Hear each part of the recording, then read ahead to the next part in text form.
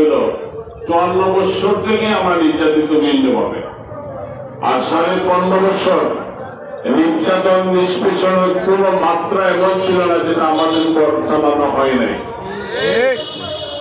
আমাদের খুন করা হয়েছে, ধরে নিয়ে চোখ খুলে ফেলা হয়েছে, ছাত্র শিবিরের ছেলেগুলো ধরে নিয়ে পায়ের মধ্যে গুলি করে আবার তাকে হসপিটালে নিয়ে বলছে ডাক্তারকে তার পা কেটে দিতে হবে।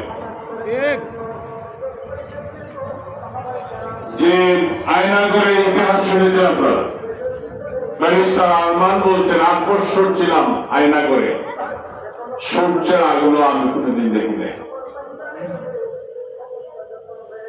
ঘরটা এমন ছিল দাঁড়িয়ে নামাজ পড়ার কোন ব্যবস্থা ছিল না। কেউ কেউ বলছেন যখন শুয়ে যেতেন তখন পা টয়লেটের মধ্যে পা রেখে ঘুমাতে হয়েছে। এই জুলুম